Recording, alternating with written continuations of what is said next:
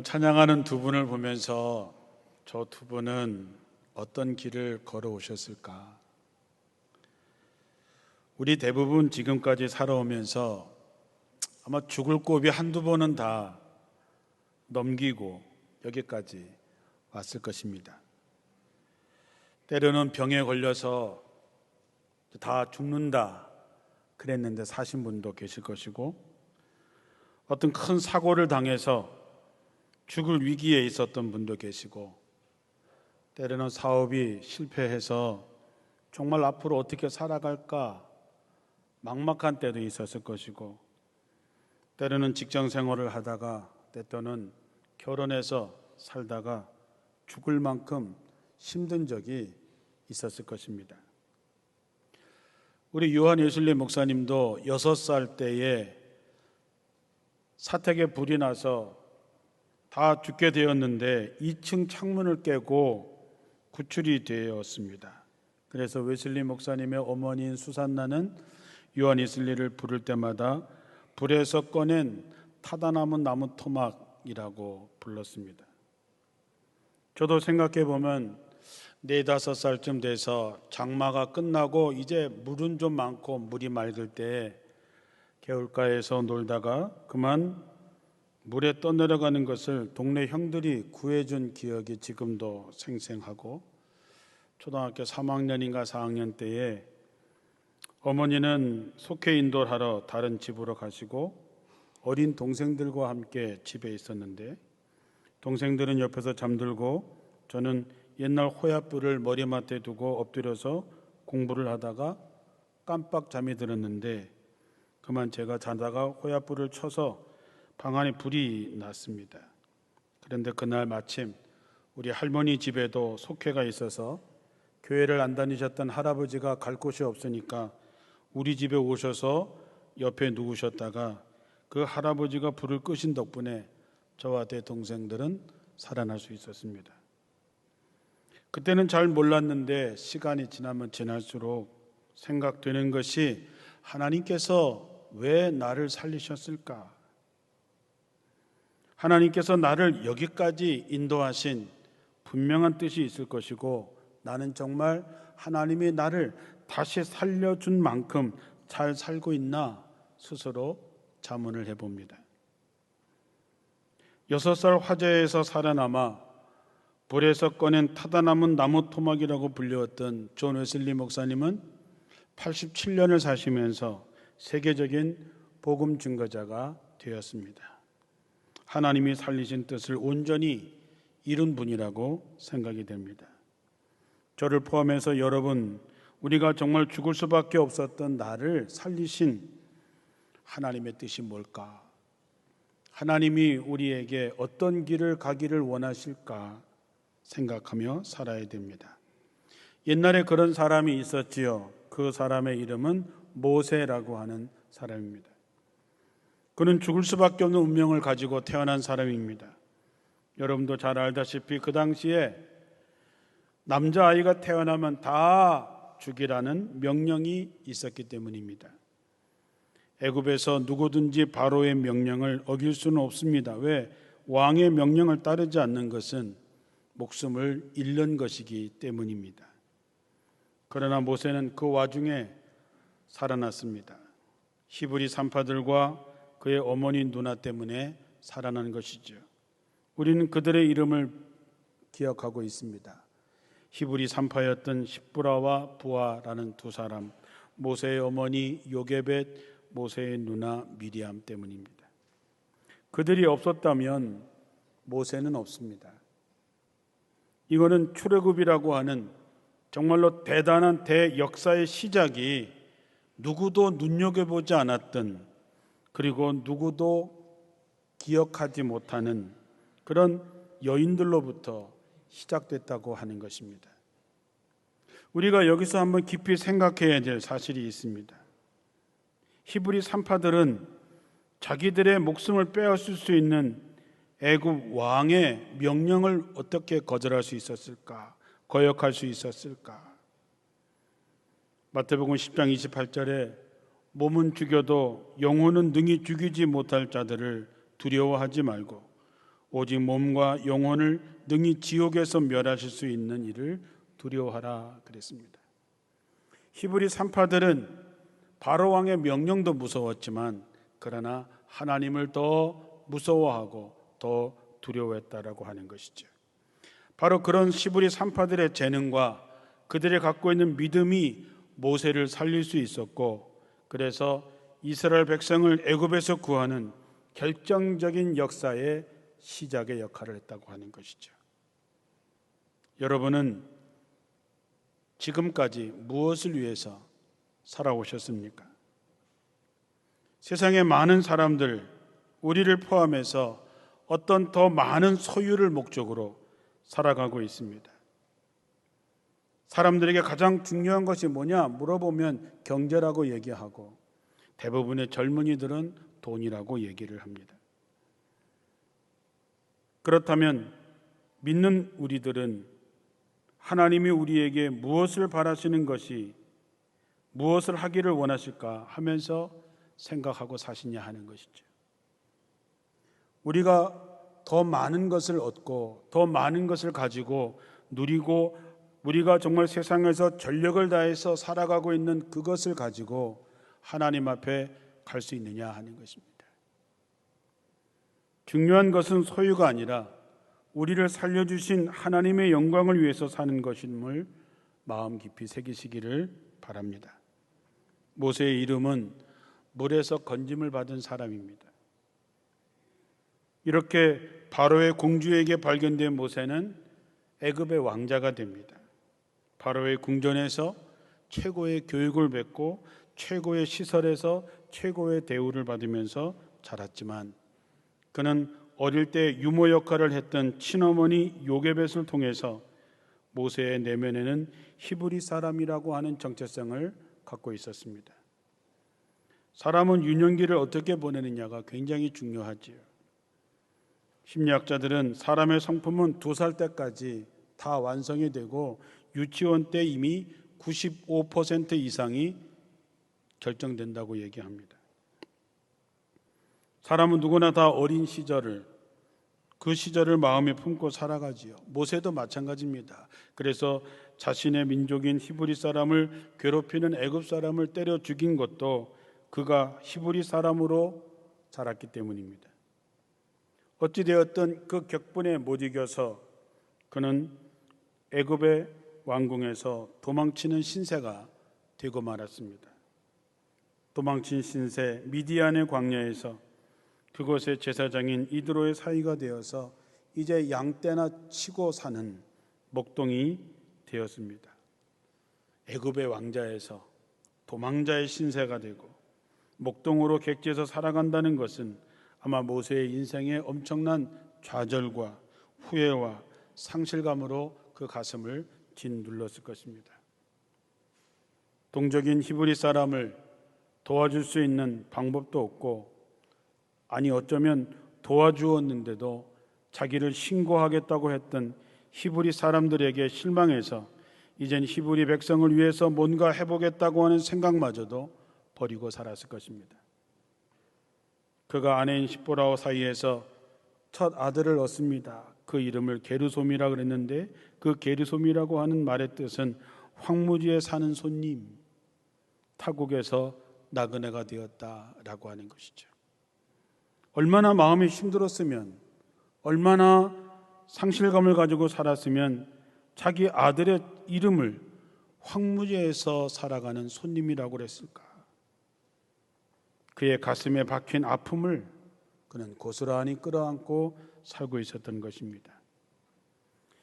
양떼를 몰고 풀과 물을 찾아서 뜨거운 광야를 헤매던 그에게 눈에 띄는 가시떨기 나무를 보면 어쩌면 한숨을 내쉬었을 것입니다. 아무도 주목하지 않는 곳에서 자라고 있는 가시떨기, 아무 쓸모도 없는 이 나무야말로 모세는 자기 신세라고 생각했을 것입니다. 왕궁에서 살았던 40년의 화려함을 뒤로하고 비참한 목동으로 40년을 살아서 어느덧 80세의 장년의 모습이 된 모세의 모습은 오늘날을 살아가는 우리들의 모습과 너무나도 흡사합니다. 이제 우리 자식들은 다 커서 저 나름대로 생활이 분주해서 우리와 함께하지 않습니다. 직장에서는 언제 그만둬야 할지 모르는 신세고 우리가 하는 사업도 이 코로나 시절에 만만치 않아서 어떻게 될지 모르는 현실이고 나이가 들면서 건강은 점점 이상한 징후들이 나타나게 되고 그 많던 머리숱도 이젠 휑해지고 가만히 돌아보면 정말로 내가 살고 싶은 내 인생을 산 것이 아니라 남의 기대를 따라서 처신해왔던 자기 자신의 초라한 모습만 보이게 됩니다. 옛날에 한때는 참 잘 나갔는데 이제는 아무도 관심을 가져주지 않는 가시떨기나무 같은 것이 오늘을 살아가는 우리들의 모습입니다. 이것이 바로 광야에 살던 모세의 모습이고 오늘을 살아가는 우리들의 모습이기도 합니다. 그러던 어느 날 모세의 인생의 대반전의 역사가 나타납니다. 여니터처럼 양을 치며 물과 풀을 찾아다니던 모세가 불에 타고 있는 떨기나무를 보게 됩니다. 그거는 전혀 신기한 일은 아닙니다. 가끔씩 메마른 광야에서 드물지 않게 볼 수 있는 광경이었습니다. 뜨거운 사막 바람에 바짝 마른 가시떨기가 바람에 흔들리면서 서로 비비면서 불이 나는 경우가 있습니다. 그런데 문제는 불붙은 떨기나무가 타서 없어지는 것이 아니라 떨기나무는 그대로 있었다라고 하는 것이죠. 그래서 모세는 참 신기하고 기이히 여겨서 좀 자세히 보려고 그 떨기나무에 다가가는 순간 그를 부르는 하나님의 음성을 듣게 됩니다. 모세야, 모세야. 모세가 언격결에 네, 제가 여기 있습니다 라고 그랬을 때에 이리로 가까이 오지 말라. 내가 서 있는 곳은 거룩한 땅이니 너는 신을 벗으라 하는 음성을 듣게 됩니다. 하나님을 만난 것이죠. 이 장면을 생각하고 묵상할 때마다 가슴이 떨립니다. 정말 의미 없이 살아가는 모세에게, 무력한 한 가장 모세에게, 왕자에서 목동으로 초라해진 모세에게, 오죽했으면 자기 자식의 이름을 황무지에 사는 손님이라고 지을 정도로 좌절감으로 살았던 모세에게 하나님이 나타나신 것입니다. 또한 모세도 드물게 나타날 수 있는 현상이지만 그냥 지나치지 않고 관심을 가지고 한 발 한 발 떨기나무 불꽃으로 다가가는 모세의 모습을 또한 보게 됩니다. 줄탁동시라고 하는 사자성어가 있습니다. 어미닭이 알을 정성껏 20일을 품고 되면 알 속에 자란 병아리가 밖으로 나오려는 신호를 하게 되는데 병아리가 알 속에서 나름대로 공략 부위를 정해서 쪼기 시작하나 계란 속에 있는 병아리가 그것에 대한 힘이 없겠지요. 그런데 그때 귀를 세우고 그 소리를 기다려온 어미닭이 그 부위를 밖에서 동시에 쪼아 주어서 병아리가 비로소 밖으로 나올 수 있는 것입니다. 병아리가 안에서 쪼는 것을 줄이라고 얘기하고 어미닭이 그 소리를 듣고 밖에서 화답하는 행위로 쪼는 것을 탁이라고 얘기합니다. 이 줄과 탁이 동시에 일어났을 때 껍질이 깨지고 새로운 생명이 태어나는 것이죠. 오늘 하나님께서 모세에게 떨기나무의 불꽃으로 그에게 사인을 보냅니다. 모세는 신기하게 생각하고 관심을 가지고 그곳을 향해서 다가갑니다. 거기에서 줄탁 동시처럼 하나님을 만나는 사건이 벌어졌던 것이죠. 성경에 하나님을 만나는 장면을 볼 때마다 가슴이 뛰지요. 형 에서로부터 죽을까 봐 외삼촌네 집으로 도망가던 야곱이 돌베개를 베고 잠을 자다가 하나님을 만납니다. 사역에 지친 엘리야가 차라리 나를 죽여달라고 하나님께 기도하며 동굴 속에 숨어 있을 때 하나님께서 그를 부르십니다. 성도 여러분, 여러분이 힘든 삶을 살아가는 일상생활 속에서도 하나님은 우리에게 사인을 보내십니다. 우리를 부르시고 우리의 관심을 기다리십니다. 하나님은 언제 어디서나 우리를 만나고 싶어 하십니다. 그런데 우리는 다른 데 정신이 팔려서, 다른 것에 눈이 어두워서 하나님이 우리한테 보내는 수많은 떨기나무 불꽃을 그냥 지나쳤는지 모릅니다. 모세가 하나님께서 주시는 사인을 보고 그에게 다가갈 때에 하나님께서 말씀하십니다. 내가 서 있는 곳은 거룩한 땅이니 신을 벗어라. 모세가 서 있는 땅이 원래부터 거룩한 땅이었을까요? 거기에 무슨 금을 굽고 여기는 거룩한 땅이라고 정해놨는데 그곳에 모세가 우연히 들어간 것일까요? 거룩한 땅은 하나님이 임재하신 땅이 거룩한 땅입니다. 이곳에 하나님이 임재하시면 이 교회는 거룩한 교회고, 하나님이 임재하지 않으시면 이 교회는 아무 의미가 없습니다. 여러분이 생활하시는 여러분의 집에, 여러분의 직장에, 여러분이 있는 그곳에 하나님을 만나게 되면 그곳이 거룩한 땅이 되는 것이지요. 그러면 하나님께서 왜 신을 벗으라고 했을까? 하나님을 만나는 조건입니다. 신을 벗는 것은 하나님을 만나는 조건입니다. 신이라고 하는 것은 우리가 살아온 삶을 얘기합니다. 우리가 이력서를 낼 때에 그 력자가 신 또는 밝다라고 하는 뜻을 가지고 있습니다. 그러니까 이력서라고 하는 것은 지금까지 내가 밟아온 내 삶의 내력을 기록한 문서가 되는 것이지요. 신이라고 하는 것은 외적으로 드러난 나입니다. 세상 사람들이 알고 있는 나입니다. 신을 벗는다고 하는 것은 그런 모든 것들을 다 벗어버리고 진짜 네 모습으로 내게 다가오라고 하는 것입니다. 우리는 많은 이름들을 갖고 있습니다. 목사라는 이름도 갖고 있습니다. 또 다른 직분도 갖고 있습니다. 또 누구의 아버지고 누구의 남편이고 누구의 할아버지고 이런저런 많은 것들을 갖고 있습니다. 그런 것들을 다 벗어버리라고 하는 것이죠. 하나님 앞에서는 너 하나 벌거벗은 모습으로 있는 그대로 다 내려놓고 내게 나오라 하는 것입니다. 좋든 싫든 상관하지 않습니다. 하나님은 자아를 다 내려놓고 정말로 하나님 앞에 있는 그대로 서 있는 사람에게 하나님의 은혜와 복을 주시는 것이지요. 하나님 앞에서 사회적 신분이 무슨 의미가 있습니까? 대통령이 무슨 의미가 있습니까? 부자가 무슨 상관이 있습니까? 하나님 앞에서는 아무것도 필요 없습니다. 그저 있는 모습 그대로 가면 됩니다. 우리의 신앙이 자라지 못하는 까닭은 우리가 하나님 앞에서 신을 벗지 않기 때문입니다. 자기 것을 포기하지 않기 때문입니다. 하나님 앞에 솔직하게 서지 않기 때문입니다. 사랑하는 성도 여러분, 어떠십니까? 모세처럼 힘이 드십니까?